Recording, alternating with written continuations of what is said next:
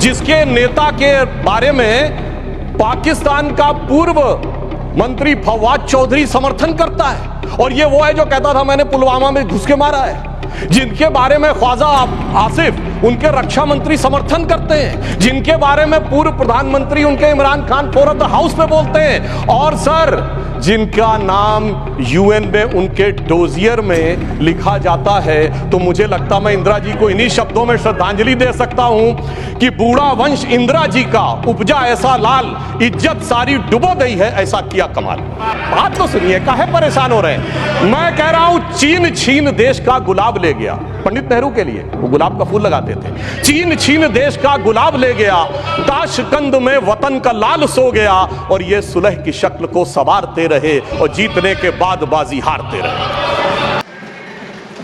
Shri doctor Sudhanshu Trivedi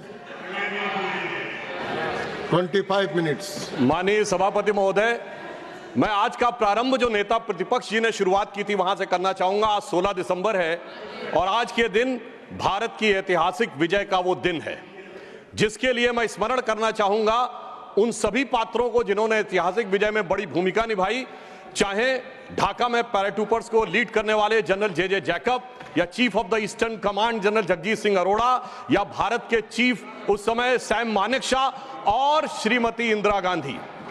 और यह समय याद भी दिलाता है कि जब कोई ऐसा वक्त आता है तो उस समय हमारे नेता और उस समय नेता प्रतिपक्ष अटल जी ने इंदिरा जी की तारीफ करके कहा था कि हम सरकार के साथ खड़े हुए हैं। तो विपक्ष को याद रखना चाहिए कि किस ढंग से समर्थन किया जाता है।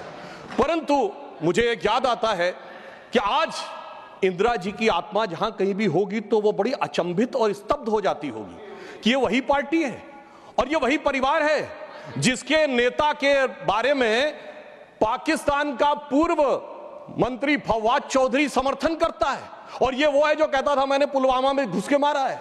जिनके बारे में ख्वाजा आसिफ उनके रक्षा मंत्री समर्थन करते हैं, जिनके बारे में पूर्व प्रधानमंत्री उनके Imran Khan forum the house पे बोलते हैं, और सर जिनका नाम यूएन में उनके डोजियर में लिखा जाता है, तो मुझे लगता मैं इंदिरा जी को इन्हीं शब्दों में श्रद्धांजलि दे सकता हूं कि बूढ़ा वंश इंदिरा जी का उपजा ऐसा लाल, इज्जत सारी डुबो गई है ऐसा किया कमाल। अब मैं आगे कहना चाहता हूं सर, मगर एक इस सदन में जब हम 75 वर्ष के ऊपर एकत्र हैं तो शायद 75 वर्ष के इतिहास का वो सबसे ऐतिहासिक मौका था।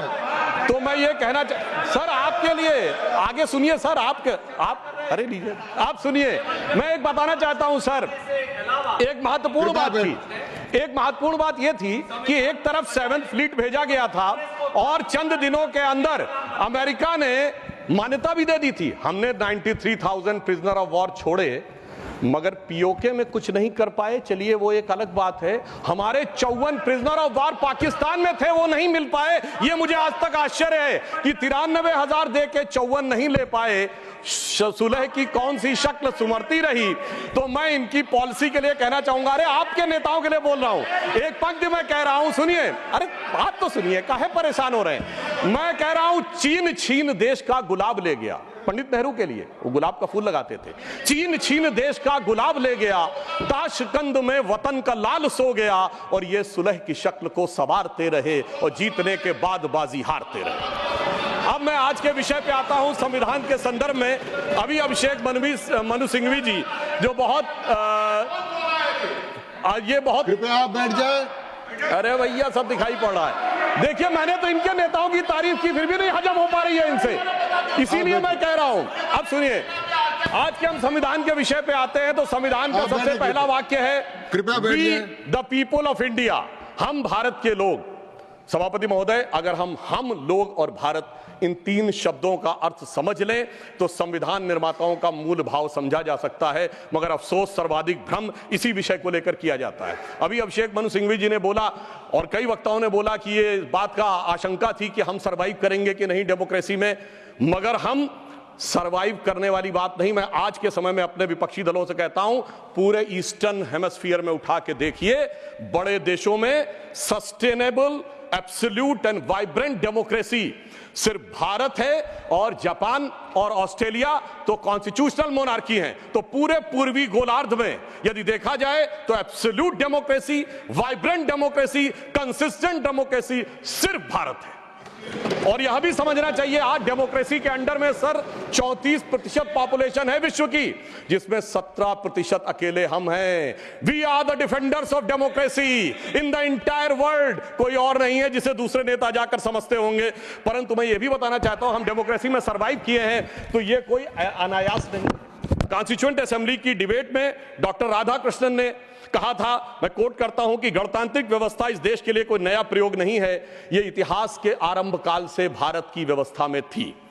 मैं बाबा साहब अंबेडकर को कोट करना चाहूंगा, उन्होंने कहा, लोकतंत्र की अवधारणा भारत के लिए कोई बाहर की अवधारणा नहीं है, it's not an align object. यह कोई अपरिचित चीज नहीं है, प्राचीन काल से भारत की व्यवस्थाओं में निहित थी, और उन्होंने बौद्ध संघों का उल्लेख किया। और मैं अपने सम्मानी मित्रों से कहना चाहता हूं, लोकतंत्र की व्यवस्था भारत में कहां से थी? 12वीं शताब्दी के कर्नाटक में भगवान वासवन्ना के अनुभव मंडपों को देखिए।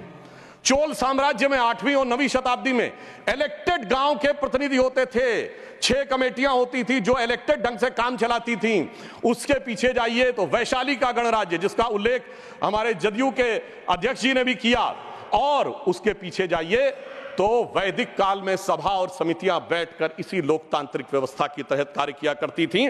तो बाबा साहब अंबेडकर जो ड्राफ्टिंग कमेटी के चेयरमैन थे, अगर उन्होंने इन सारी परंपराओं के चित्र उसमें रखे हैं, इसका अर्थ हुआ कि भारत की डेमोक्रेसी मूल रूप में वहां से आती है। वैसे मैं एक और चीज कोट कर दूं, भारत रत्न पूर्व राष्ट्रपति डॉक्टर प्रणब मुखर्जी जी ने भी जून 2018 में आरएसएस हेडक्वार्टर पे अपने भाषण में कहा था कि भारत ही लोकतंत्र का मूल है, और वैशाली का गणराज्य विश्व का पहला गणराज्य था।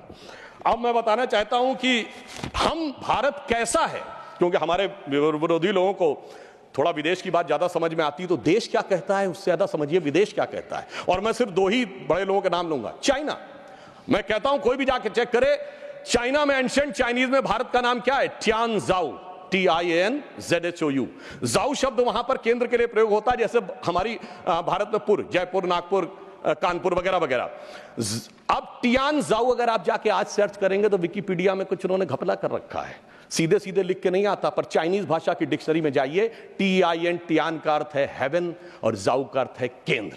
तो चाइना के एंशिएंट में माना जाता था भारत क्या है? It is the centre of haven.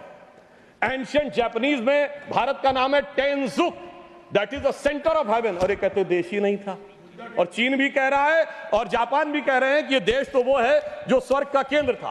अब मैं बताना चाहता हूं, मिडिल ईस्ट में, अरब में 8वीं और 10वीं शताब्दी में जितने भी बड़े बड़े अरब के राइटर्स हुए हैं, चाहे इब्ने असीर हो, इब्ने कसीर हो, इब्ने तबरी हो, इब्ने खल्दून हो, उन्होंने क्या लिखा है?